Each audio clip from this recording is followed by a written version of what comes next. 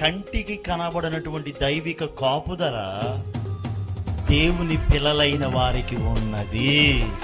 దేవునికి స్తోత్ర. కంటికి కనబడని కాపుదల లోకానికి కనబడుతుంది. లోకానికి కనబడేది ఐరన్ డూమ్ ఏమో, కనబడని కాపుదల మరొకటి ఉంది. అదే దేవుని కృప, శాశ్వతమైనటువంటి ఒక నిబంధన ఇశ్రాయేలుకు కావలిగా ఉన్నది. అది సంగతి. ఎవరు ముట్టగలరండి ఆ దేశాన్ని? ఎవరేం చేయగలరండి ఆ దేశాన్ని? నేను ఎందుకు చెప్తున్నానంటే, ఆ కృప ఈ రాత్రి మనకి ఇవ్వడానికి నా ప్రభు ఇష్టపడ్డాడు. కొట్ట చప్పట్లు. ఆ కృప నీకు కలుగును గాక. ఆయన దూతలు నీకు కావలిగా ఉండును గాక.